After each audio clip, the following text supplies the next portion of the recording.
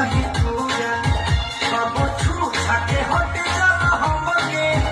कामर हो जाला खाना पूरा रोजा जाके सुत जाला पूरा बोला कही सब नहीं पूरा जगता जवानी अकेला हरा हो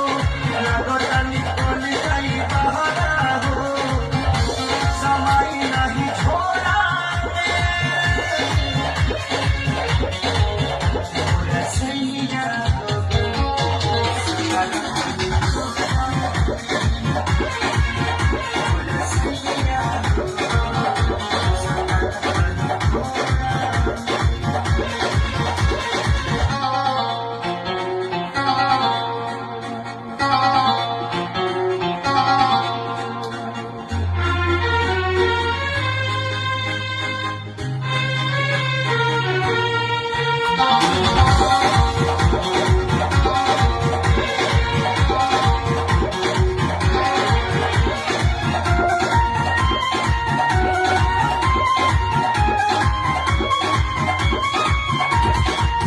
प्यारी लाड़िया जाना उतरती